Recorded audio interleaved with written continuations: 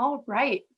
Thank you all for being here today. My name is Dallas Scott, and I'm the founder and principal of Trust. I run an organization that empowers and accelerates the incredible work of institutions and organizations that are doing work towards climate action, sustainability, and social justice through facilitation, strategic planning, coaching, and training. And I have the privilege to facilitate today's session. Before we get started, I'm going to read everyone our statement of respect and inclusion.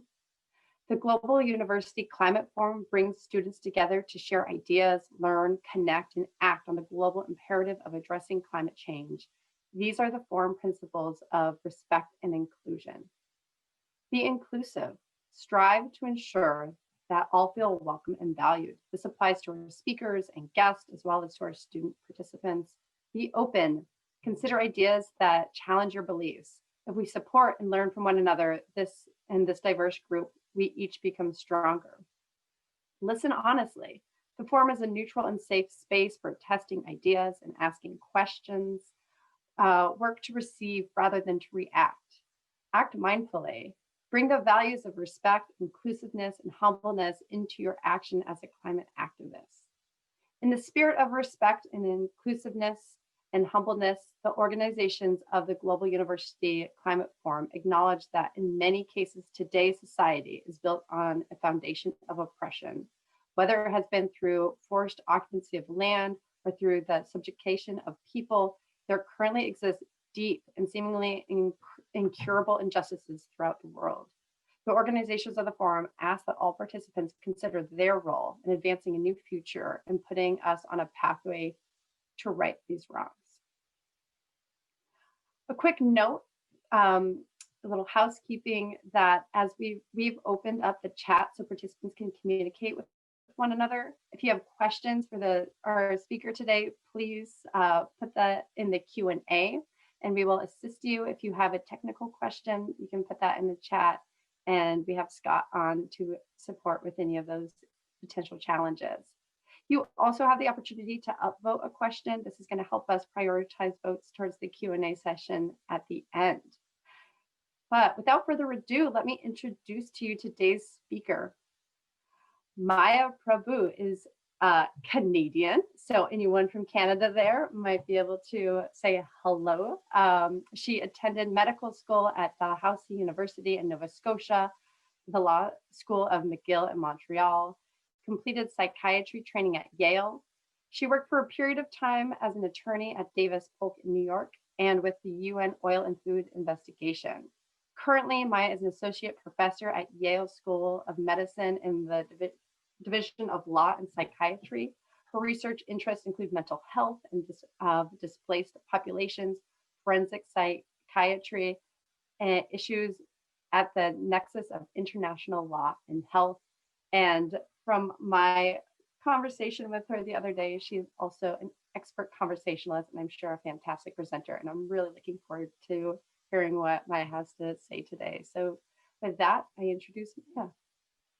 Hello, everybody. What a wonderful international audience coming in from all times that they're calling in from. Thank you for joining us.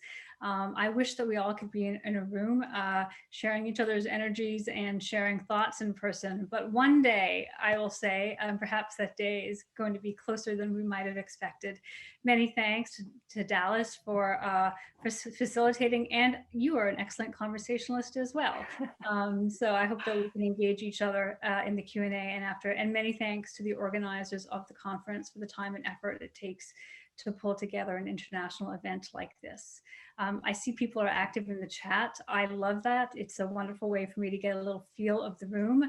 And I also appreciate seeing the wide range of experiences that people have and the wide range of expertise. And I think that's really valuable.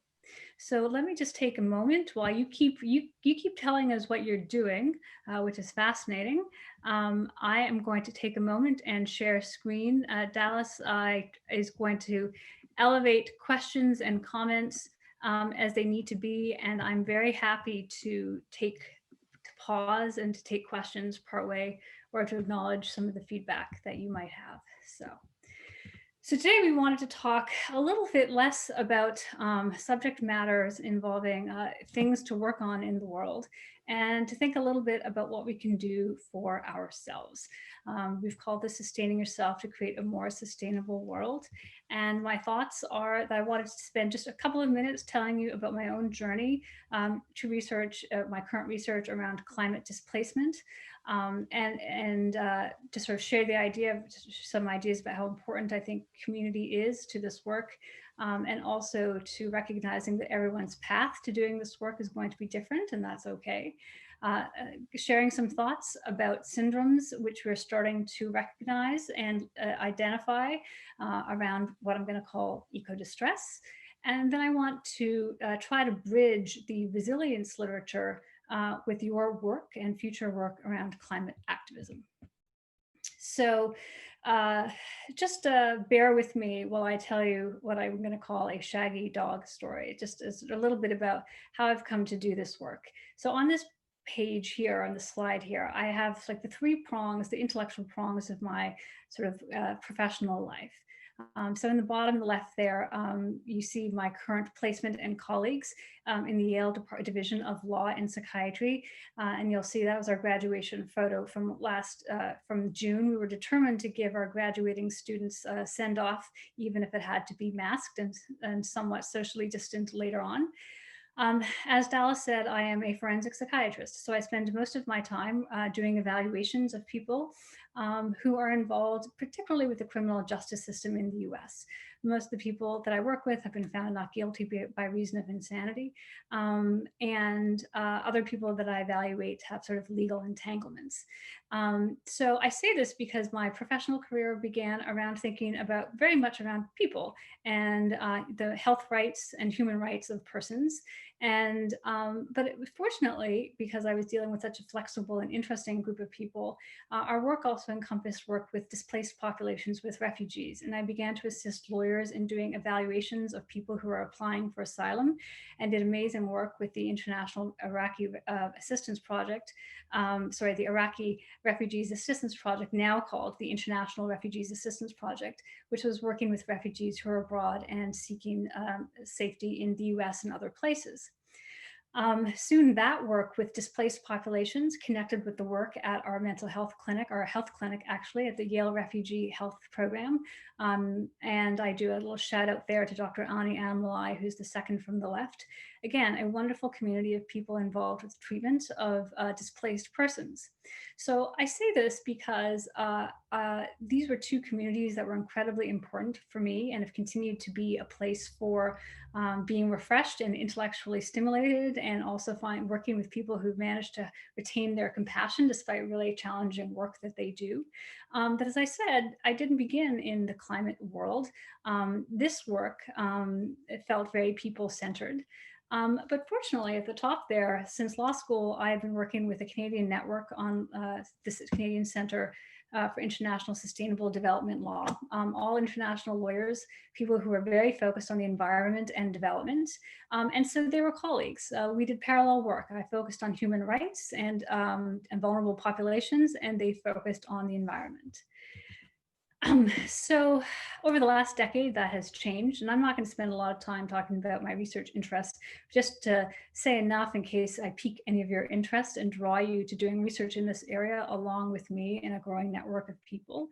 But there's been a really big shift in people doing research. There was a great report, fascinating report by the World Bank called Groundswell, looking at international migration, or within borders. So people who are forced to move or feel like they have to make choices to move because of changing climate milieus.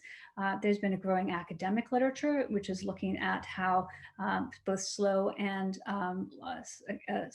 acute onset events can contribute to migration. And of course, the IPCC report, which confirmed that changing climates and heating climates will have significant impacts on how we live. So there is this huge academic piece and a research piece, which of course I began to absorb. And then, of course, I would add that to my own sort of lived and observed experience. Some of you might recognize that photo below of Hurricane Katrina, which led to the displacement, we think, of about 1 million people from the Gulf region. That was over a decade ago, and that was 15 years ago, and it was nearly a decade before that region's population came back to normal. And above, we see photos of Hurricane Irene and the catastrophe that it led to in Puerto Rico, leading to a huge diaspora of people leaving Puerto Rico for elsewhere in the US. So I say this because soon my academic world, what I was reading, was sort of being matched by what I was seeing, and also the stories that I was hearing from my own patients. Although they are conventional refugees, meaning that they came because they met the criteria for persecution, but they also described stories of how their home countries were changing. And so again, I bring this up to say there was a slow walk from the intellectual to what I was hearing and experiencing to, I was going to add also the personal. I promised you a shaggy dog story, and it literally is a shaggy dog story. In the midst of all this, over the last decade, we got a dog. And if any of you have dogs, you know that they love to spend their time outdoors. And I probably have spent more time with her outdoors than I did my entire life beforehand. But that was really an extraordinary experience because I began to see my own world in a very different way. I began to truly see what it means for the weather to change so that winters were not as cold as they used to be, and summers were much more volatile than they used to be. I could see how our infrastructure could no longer handle the storm surges, and I can see the back of our sewer systems, from for what was expected to be once a decade storms are now seemingly happening several times a year. As I walked along the beach with this creature, I could see the sewage buildup along the beaches, and I could see that the jellyfish, or I heard that the jellyfish were in Long Island Sound later and later into the year because the waters were cooler. And I certainly experienced how tick infestations were increasing. So I could begin to see how the climate or the environment in which I was living was changing before my own eyes. And all those things propelled me to do into the climate world, particularly focused on climate-induced displacement, trying to understand the mental health impacts of climate displacement, and trying to think about what we could do to mitigate it. So I'm happy to answer questions about that, but I won't talk about that research anymore. But I sort of tell that long story to say that many of you might find yourselves feeling separated from your colleagues. They're not as engaged around the issues that you are. They don't have the same sense of urgency. But I wanted to remind people that people may find their way to climate issues and climate justice issues in their own time and way.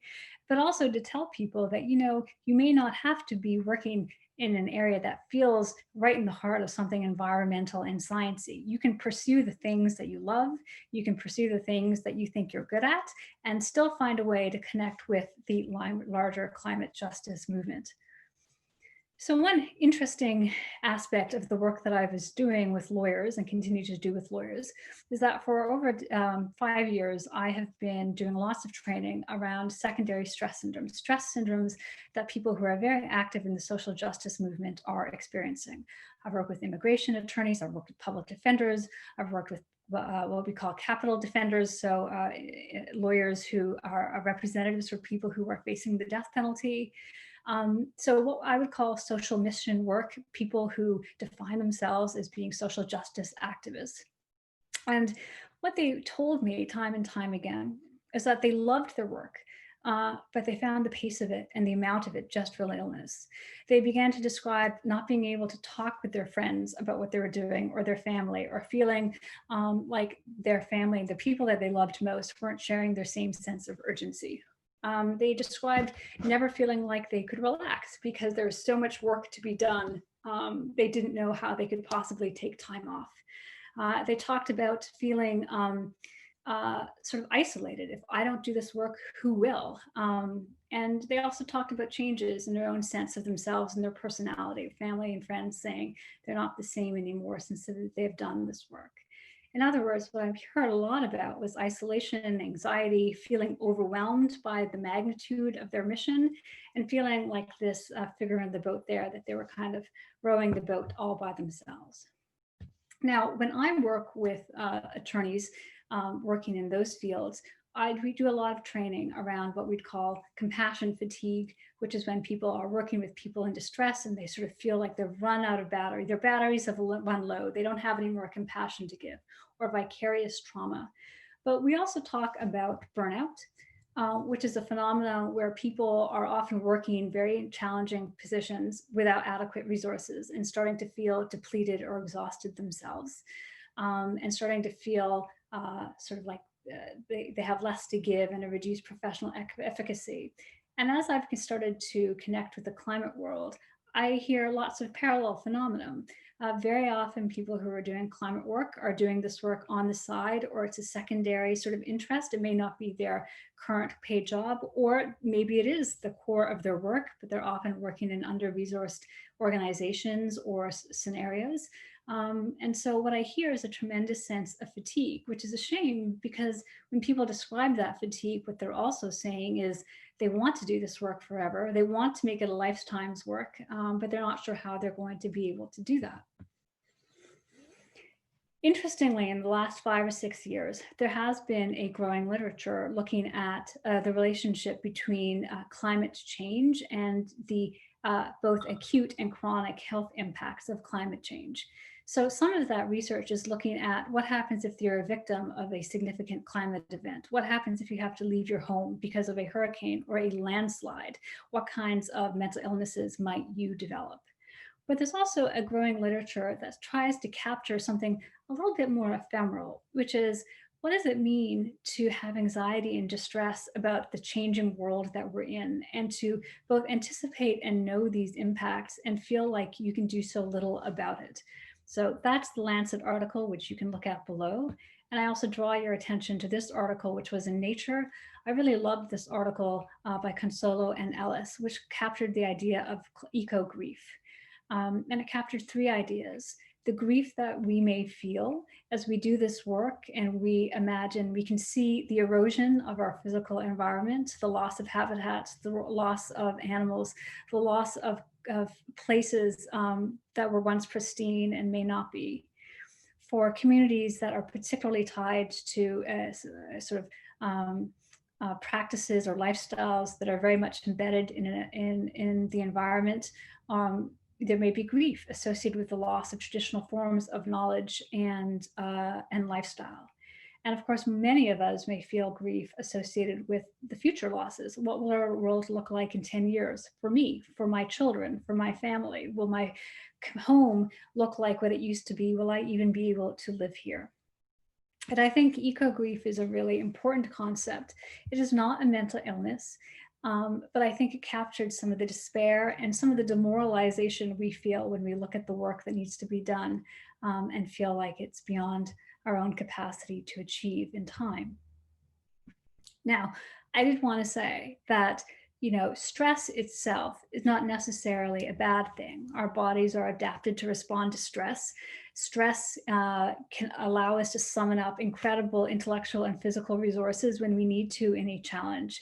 We think of being under stress as what drives people to perform acts of physical heroism and courage, or perhaps even to speak truth to power, even if your voice shakes. And so I am sure that everybody on this call can remember a challenge that they have risen to, can remember a time that they've just had to push through that crunch period, take care of family, take care of themselves, perform some intellectual feat, and they've managed to do it beautifully. The challenge is, can we live in a place of constant stress? When does stress become distress? And can we do this important work, which is in fact a lifetime's work, if we're living in a constant state of stress? So first, what I would say is, I do hope that if people are starting to experience anxiety or distress or depression or demoralization, that they do seek help. And I realize we have such an international audience that seeking help is going to mean very different things to different people in different cultures and scenarios. And we can talk a little bit about what that means. But I hope that if you're starting to embark on a career related to environmental activism and climate justice, that you start to think now about what your own plan for resilience is. And what do I mean by resilience? It doesn't mean that you won't have difficult times. It doesn't mean that you won't struggle or get depressed or anxious at times. But can you struggle better? Can you come back from a difficult period with some flexibility and adaptability? And let's think a little bit about what we know from uh, the literature about what building resilience means. So there are some basics.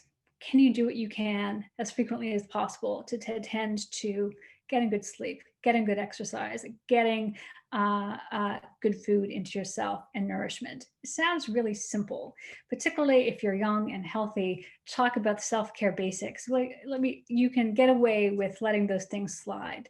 But when you think about the long term, because this work really is a marathon, not a sprint, these basics really count. In particular, if I had one wish for everybody on this webinar, I would say sleep. I hope that you all get enough sleep. And I can see some smiles and many people won't. And I say this because sleep is probably the elixir of youth for all of us.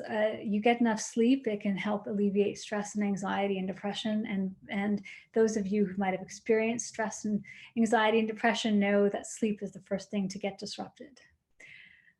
I could talk a lot about specific mental illnesses, and we can, but really I wanted to say, I didn't want people to find themselves trying to self-diagnose. Am I anxious? Do I have panic attacks? Is this depression? Really, I want you to pay attention to your functioning. How well are you actually doing? Are you able to get the things done that you need to do? Are you able to get out of bed in the morning? Are you able to take care of the people you need to take care of in your lives? Are you able to take care of yourselves? Does it feel harder and harder? So part of this is to begin to instill the concept of some awareness and self-awareness, and to give yourself permission that taking care of yourself is as important as the larger tasks that you take care of. So pay attention to your functioning and pay attention to what people are telling you. It can be so simple just to dismiss what people are saying. They don't understand me. Oh, they don't understand how important this work is. They don't understand how important this deadline is. But often people will be telling you truths even if we don't like to hear them. And if you do find that maybe you are getting depressed and anxious, or maybe, and I have to say this, otherwise I'd be a terrible psychiatrist, using substances more than you used to, then those are things to pay attention to and to try to intervene on sooner rather than later. I'd really like to encourage you all to develop a mindfulness-based practice. Now, I say mindfulness and people automatically think of meditation, and it can be meditation or it could be yoga. But, those are just two of the many practices that can be. And again, we have so many people on the call from different backgrounds. You might find what I'm going to call a mindfulness-based practice that's rooted in your community or your spirituality or your traditions that make sense for you, that perhaps you have just let slip with the busyness of life. Perhaps you used to sing. Perhaps you used to spend a lot of time in nature. Perhaps you used to spend a lot of time with animals. And as you can tell, I'm a big proponent of the therapeutic value of animals. And perhaps you used to journal and write. Perhaps you used to paint. Whatever practice that allows you to kind of get outside of yourself and find yourself engrossed in a soothing activity is incredibly important for your brain. Your brain can't run along the same paths all the time. It needs a break too. And people who do have a mindfulness-based practice have much lower rates of anxiety, depression, inflammatory illnesses, plus what a wonderful addition to your life. Dallas and I spoke a lot yesterday about the importance of maintaining social connections outside of your mission work. Your world is bigger than your work. Your world is bigger than the shared mission that we have, which is to make this world and planet a safer and better and healthier place. Your social connections can and should include people who have nothing to do with your work, people you've known for a while, people who have entirely different interests. I think it's just important for perspective and important to remind you that you are more than just your mission, and that's okay. Your world doesn't just have to be filled with people who share your perspective. And in fact, even though that can be challenging, that can be very valuable too. Develop a community. The pictures I put up at the front of my 3 little communities, disparate though may be, those have been incredibly important places in addition to my family. And this work that we are all trying to do is meant to be shared. It's too big for one person or one community or one organization. And I actually think that community is the antidote to feeling anxious and feeling overwhelmed. Sort of along with that, I would deeply encourage you all to develop what I call your own restorative schedule. What do I mean by that? It's okay to take a break. It's okay to take a day off. It's okay to take a vacation. It is okay to even step away from this work for a while if that's what it needs to to get some perspective and to refresh yourself. I think that people can very much feel that because the work is so overwhelmed that they feel what I'm going to say disenfranchised from taking care of themselves. But part of the joy of working as part of a community is that you can step out if you need to, whether it's for a day or for a week. Maybe you have to tend to a family member. Maybe you have to tend to your own health. When you work as part of a community, you have some flexibility to do that. I have a lot to say about cultivating hope and making hope in a very intentional construct. I think we think of hope as something that people either have or don't, like they have, blonde hair or not. But I actually think that hope is an incredibly powerful tool, and it really has to be cultivated and sought out. And some people are better at doing that at different times.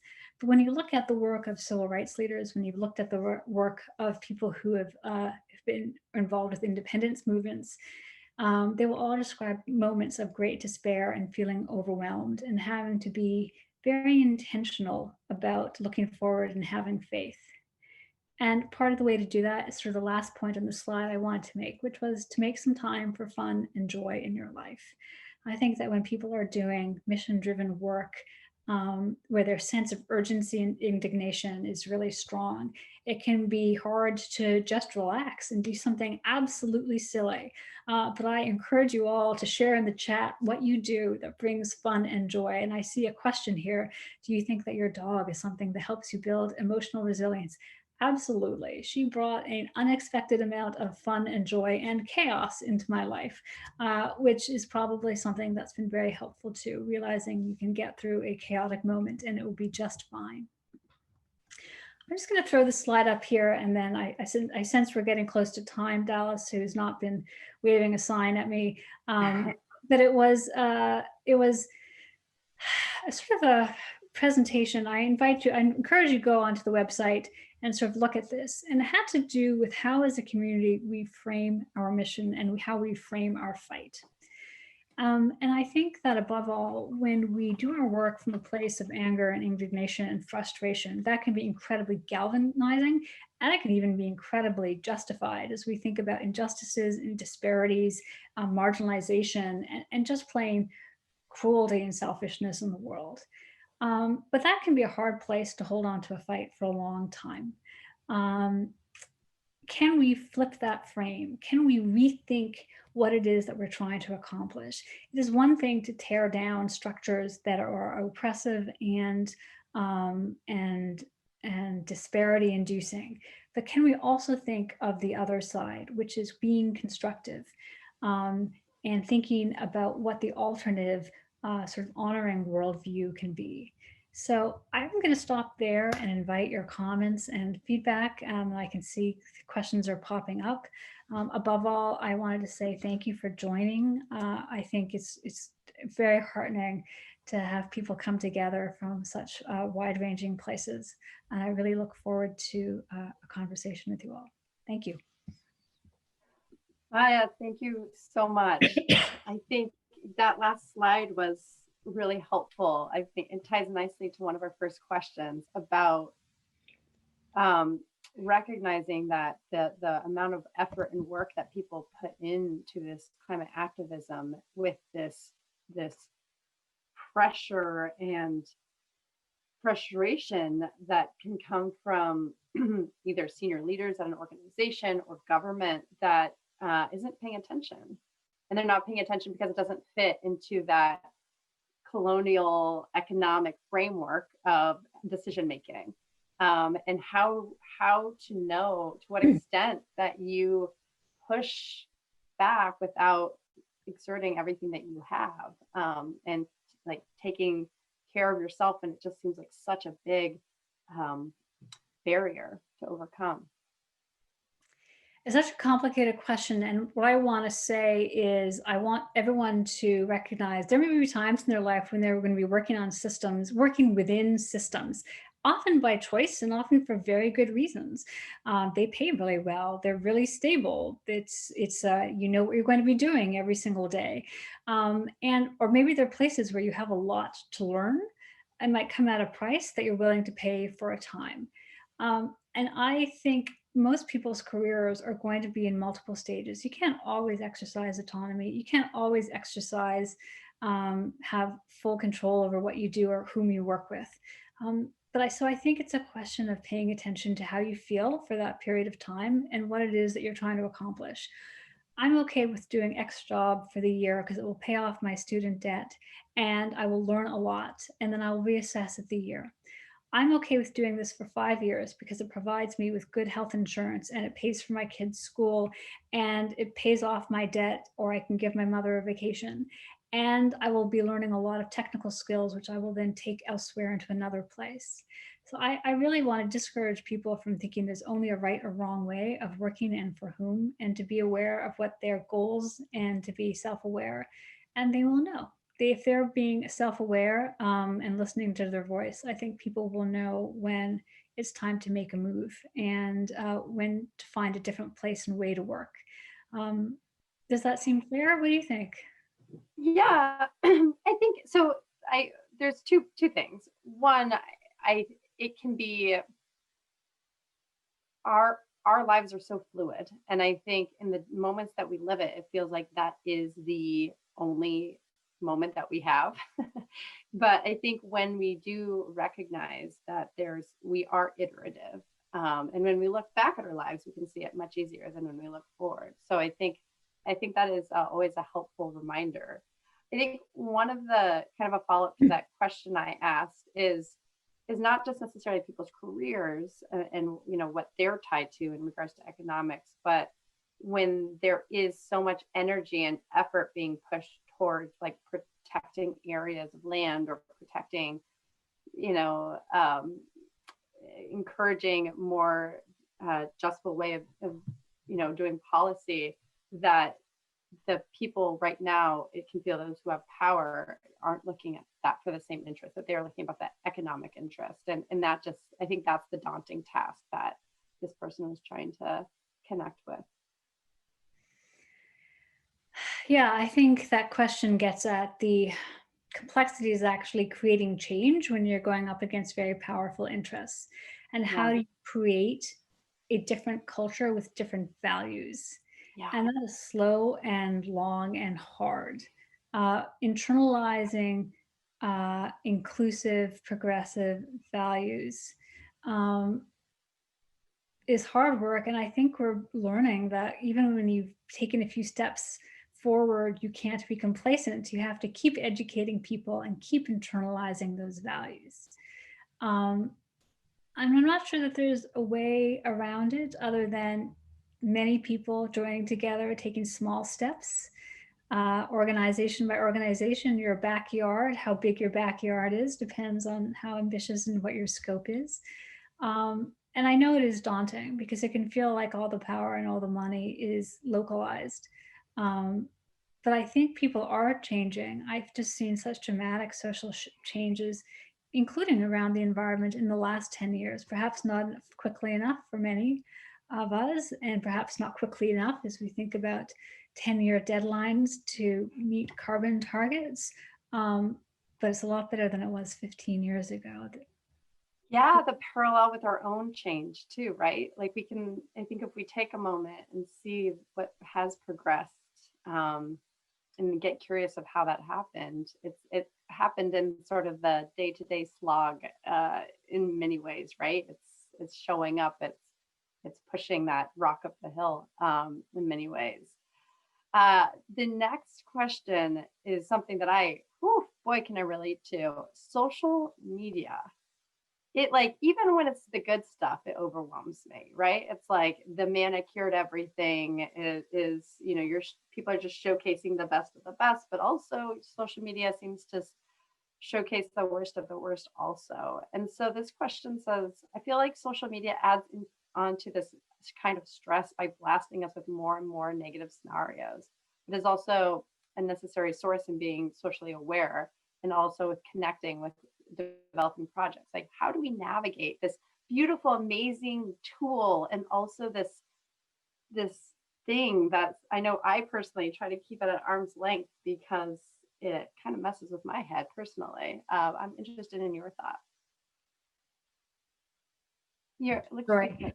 I feel like I'm going to date myself terribly here and say I feel a little bit inoculated from social media stuff. And it's not because just by function of sort of a little bit by my age. So I will say this, I was in college when a friend turned to me and said, you should get email. And I said, why would I need email? So, I have full recollection of a functioning life before everything social media wise. But also, I will say, as a psychiatrist and a forensic psychiatrist, I don't have much of a social media presence. And so that has inoculated me from feeling like I need to keep up with it. But of course, I recognize what an impact that has. And so I think, and I would actually love to, maybe we can do a group think here. I mean, I don't think there's a solution other than be very mindful and limit your time on social media. I agree with you. It can be a great way to find networks, but you can also go down the rabbit hole of things that feel unproductive and can stoke your anxiety and can stoke your rage and stoke your indignation. I mean, it's one thing to lose an hour looking at animal videos on YouTube, and it's another, to go into the dark, dirty world of angry conspiracists. So I would love to hear what people are doing. I am very mechanical. Like, I have to set time limits. I have to walk away. I have to make a plan to do something to get up from the computer. Otherwise, I can be glued to it. But I also think it's about intentionality. Is watching this making you relaxed, making you angry, giving you inspiration? And what is it that you want to cultivate? And hopefully it's about paying attention to how it makes you feel. And if it's starting to make you feel bad, then you turn it off. I could say a lot about how social media is designed to like connect with their dopamine receptors and reward us for staying online, but we won't make this a science geek talk. So what do you do to turn off? Yeah, I mean, I'll look to what people are saying in the chat, but I for a long time thought a perfect app would be the thing that you could just lock everything that you like to help you monitor that. Just like lock all those apps in a box and be done with it. And then Apple read my mind and they came up with a little system where you can have a timer and everything on it. So I have basically all social media is on lockdown for me. So it's like 15 minutes or like 1 minute. So it doesn't, it like kind of shuts off. I can overwrite it, which maybe sometimes I do. But what it at least gives me a cue, because as you mentioned, I find it a lot like eating junk food where I'm like, this is good. And then all of a sudden I was like, I don't feel so good. And I just have to make that reminder to myself that it doesn't always translate to feeling good. Future me doesn't particularly care for how I feel afterwards. For me, one of the pivotal, so where I get addicted to like what's on the internet is like news. I'm like a news junkie. And then I start doom scrolling news articles and oh my goodness, in the week of the election, boy, it was hard to stay away from news. And I think one thing that really made a difference for me was speaking with people who are in tech and people and friends who are in tech and realizing to what extent our experience online is designed to reward us for staying online. It's designed to give us hits that make us want more.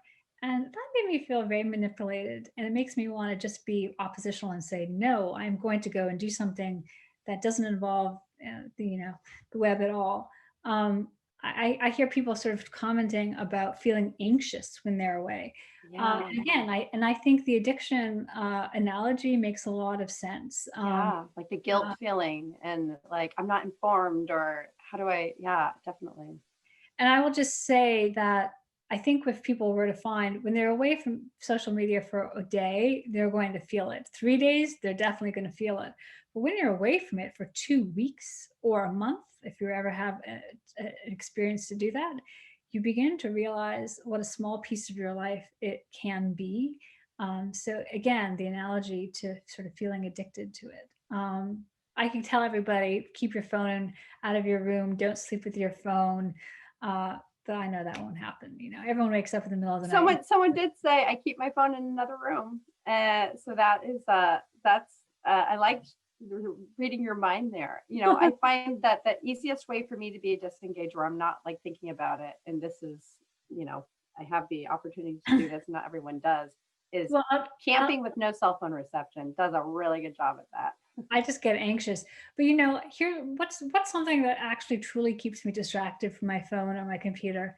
It's when I'm engaging with a live being, whether it's a person or whether it's an animal or a pet. And it's just this reminder that the world is the beings in the world and the creatures in the world. And perhaps if we're starting to find our lives online, maybe it's a nudge for us to think about what other people, actual people who we want in the world. Of course, COVID has made that harder. It has made it harder, but I do think it's important that I feel like most people feel that they stay connected through social media now, especially with COVID. But how do we reduce that guilt by going and just talking with our neighbors and understanding their, what type of connections and change could happen through that? So this next question I find is about using anxiety and depression positively to share our awareness about climate change to others. And this makes me think about a paper by Bendel, I do believe, Deep Adaptation, sort of like the mourning that, like we're in many ways we're at a tipping point. We won't have the winters that I remember as a child. We won't have, their extinction rate is scary and happening every day. So I'm interested in your thoughts on sort of, I don't know if embracing is the right word, but kind of leaning into that anxiety and depression. So I hear you, because that anxiety and distress can give us a tremendous sense of urgency. And that urgency is real when we look at the science points and we look at the timeline. So I'm in no way suggesting that our panic about doing something isn't real. I think the challenge is very rarely are people in our lives motivated by our own sense of urgency. And I think this work is really about combining our sense of urgency with recognizing that you may not change hearts and minds by trying to make people anxious. You may not change hearts and minds by, in some sense, scaring people into facts that you know that you're true. In my experience as a psychiatrist who's worked with patients who are working in industries for years, people will come to things in their own time. And when they feel coerced or shamed or pressured into that, people can become resistant. And so I think when you're dealing with friends and colleagues and families, I think what you do is you try to convey your passion and your urgency, and you convey facts. And don't be surprised if people don't come around to your perspective right away. Don't be surprised if organizational change doesn't take way longer than you think it should. Now, I think that's different when you're doing political activism, when you're trying to get governments to move, when you're trying to get climate legislation, when you're trying to get action on bigger issues, then the urgency matters. But I think in our personal lives and people in it, you might find that a lighter touch is more helpful. People will have to. Sorry, you were going to say something. Go ahead, please. No, I'm right there with you. And I think sometimes people share anxiety and depression as almost like, I think it's how you share it. I think if you're really being vulnerable, it's like full stop. Like these facts are overwhelming for me, and it makes me sad, and I lose sleep, and I have a hard time like coming to grips with the future that we might have if we don't do something. And then like walk away and not being like, and it's because of you and your behaviors. Like that's where the shaming comes in, but just allow yourself to feel it and share that. But like, I think making that connection can be like a starting point there. Yeah, I think it's important to, as you say, you draw that distinction that people in your immediate world who may, we all want the people that we love to share our perspectives and to share in our fights and to share in our mission. And that we may not find that, but this is why I think having a network and a community beyond yourself is so important, which is, but there are people who share your sense of urgency, and there are people who are working on bigger projects, and there are people who have an ear to change makers and legislators. And so there are ways that you can channel your urgency and anxiety into something constructive in places where it should rightfully be heard. Yeah. So I think there's a couple of questions here. We've like tied for 5. So I'm going to go to the ones that connect nicely to what you were just saying. It's just about, how do you share this and talk about it when it's someone who doesn't see climate change as an issue or something concerning, or the frustration and anger towards society and government when they're not doing anything. And you're just saying that there are people that are doing things. And it makes me think of something that I talk a lot to students about in my work, of the sort of adoption curve, right? Like there's the laggards, and then there's like the leaders. And then there's this big, amazing chunk in the middle that like care, but they need to like be connected where they are, meet them where they're at.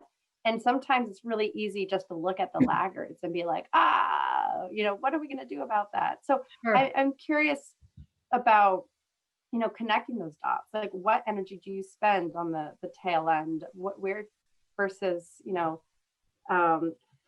having those conversations where people don't see eye to eye and just basically might have different second order realities of the facts that they are given. Can I tie in your question with some of the questions that I'm seeing, which is that people Yeah. are raising issues like poverty can contribute to, is a huge contribution to climate issues, and maybe a reason why people are struggling to take interventions.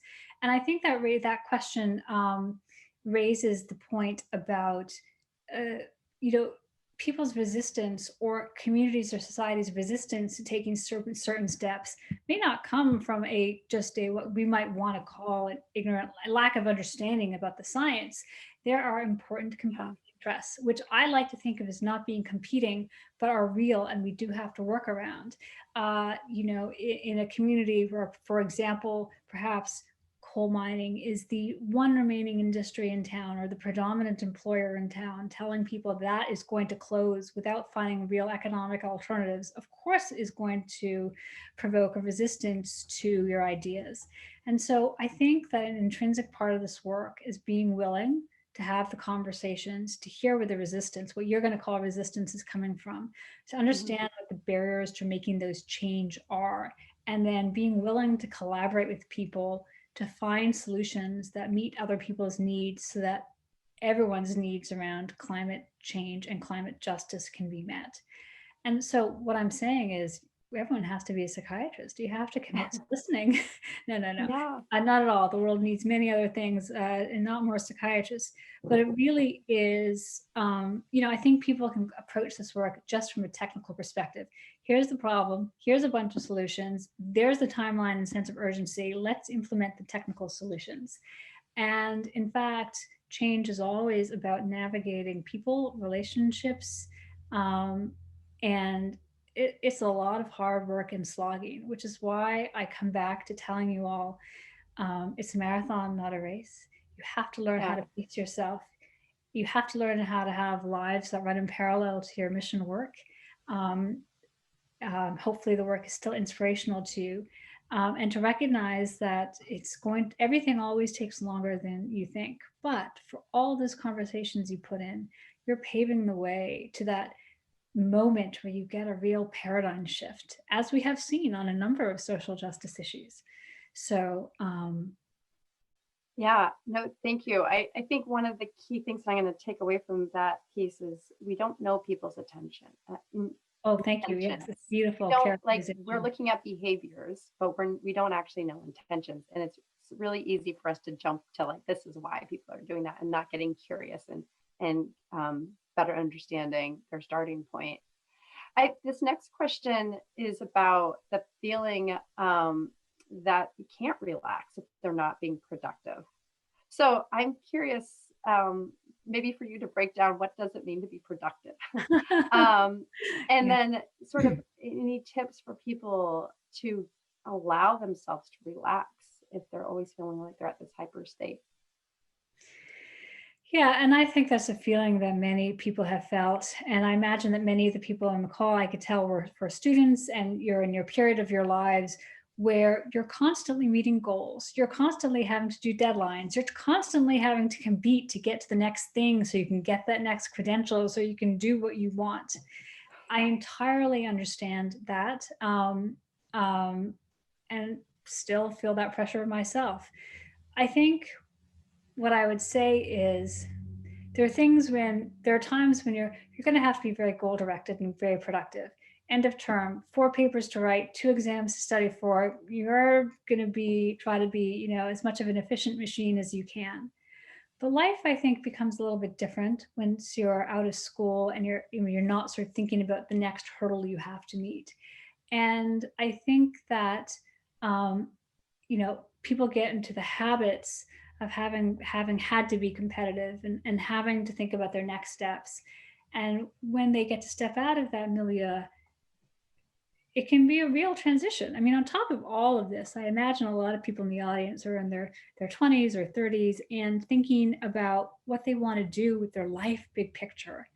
And you may find yourself taking a different track than your colleagues. Find yourself in a totally different timeline than your colleagues. And that's okay. That is a little bit of an adjustment. I consider that almost like a developmental adjustment where you realize that there are many tracks going out into the world, and you're not going to be always moving in synchronicity with everybody else. And so there may be times when you need to be productive, and there are times when you don't need to be productive. Yeah, Um, and I would just say, also pay attention to what the people in your life who care about you are saying. Are they saying you work all the time? You never stop working. I never get to see you. Your mom says, why don't you ever come home for dinner? And these are things that are really easy to make fun of, but there's often a kernel of truth in there. Um, or it may be that we have to find different ways of working and learning and being productive. Um, Maybe we have to train ourselves out of working 7 days a week to working 6 days a week so we can spend that time with our family and reconnect and find a restorative schedule. So I think I just want to leave you with the idea that there comes a point when you give yourself permission to do things differently than you have been. yeah. And that's okay. I think you and I talked a little about this my last night, and one of the reasons why I started Trust is because I had my own paradigm shift of that I don't want to check boxes. That for me, it's about the process. It's about how we go along in the story, in the relationships we create along the way that I think are going to make a bigger difference than checking that box that you accomplished that essay, this project, I don't know, that you filled out the form, right? Like those feel good, similar to eating junk food and checking social media. We're seeing a theme here. But yeah, I wanted to sort of slow down and recognize like we hear that idiom all the time, life is a journey, not a destination. But boy, oh boy, in school and in higher ed especially, we are taught that it is the destination, the gold star, the checkbox. And I think sort of reminding ourselves to zoom back a little bit more. So some of the other pieces that I wanted to talk about is, or I guess one of the last questions here that we have time for is throughout the years in college, this is someone who wrote that she has experienced a lot of grief when studying about the impacts of human activities on the world. However, when the semester passed, I started to disconnect from those feelings and I even normalized this threatening negative future. How can I transform such negative perspective and fight and find hope in order to fight climate change? And I think maybe if you could tie your response to this answer with some closing remarks, because I think that's a good way to end today's session. We have 5 minutes, so take your time. Thank you. So, yeah, let's talk about grief for one moment. Um, I mean, I moved to issues of resilience and I moved to things that we can do to build resilience. But I don't want to minimize the real grief that people will feel. Many of us on this in the session will feel, and I think it's real because we are seeing change and we are seeing loss. And so I think the task is to acknowledge that grief and to recognize that grief is not like a book that you close, you're done, and you put it away. It's something that you're going to, it's like a picture. You're going to look at it sometimes and come back to it, and then you're going to put it away and you don't notice it. And I think that's sort of normal. Um, and so part of grief is thinking about what's been lost, and part of grief is also imagining what life is like, going to be like with the loss, and how differently you're going to construct it. And I think that part of that grief work takes us to hope. Um, and I encourage you to Google sort of hope is an intention, and or hope as sort of a deliberate tool, which is a concept that's really gaining ground amongst people who do a lot of social justice work in the U.S. Um, we don't all have boundless pools of faith, and we don't all have boundless pools of hope. And so you have to actively think about and cultivate what gives you hope. Hmm. Maybe it's spending time with people who are just smart and creative and funny in a totally different field, and you're reminded of what it means to laugh or find joy. Maybe it's spending time and finding solace with your friends and family or kids and pets or whatever it might be. Maybe it's doing something that you find restorative. So, hope is not something that lives inside of all of us and we just run out of it. It's something that we can keep coming back to. And I think that is part of what the antidote to grief is, recognizing that grief will also change in its form. And hey, maybe if enough of us are doing this work, and maybe with some good luck, and maybe with some technological paradigm shifts, we may see a different world than the one we're living in now, but maybe in some ways a better world too. I don't know. None of us can forecast the future. So that's how I find hope. And that's how I think about grief. And above all, I want to say again that I truly do think that the antidote to anxiety and grief and loss is community and social connection.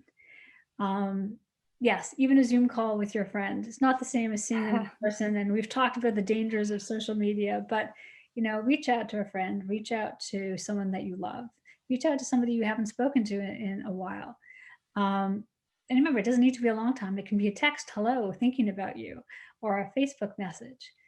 So I do think that social connection is the antidote to all those negative emotions that I think the questioner asked about. Um, and when I'm on a call like this and I see people calling in from around the world, I'm reminded of how big our world is. And that's where I find my hope. Sometimes my world can feel so parochial and small. And maybe just I would invite the group to sort of to text in or chat in what they do to find hope. And I'm going to say I find it in time and space with my friends. Where do you find it, Dallas? I have a 4-year-old and a 2-year-old. And so I see their unabashed just joy and kind of every emotion, really, depending on like sleep and food. Unvarnished, right? You get the uninhibited truth. And I just am reminded that we at our core are all those little tiny people, we really are. So I have hope that for all of us in that space. Right. I mean, we think of the future as being bleak for our children, but they are blank slates in a way. They're adaptive and resilient, and I mean, if I think about all of the students that are on this call and what they've shown of resiliency and adaptation, I'm incredibly impressed. The world is bigger than ourselves, and the world is also bigger than our anxiety and depression. Although, let me say, if you feel like that is really interfering with your life, please do seek help in the ways that make sense for you. Um, and I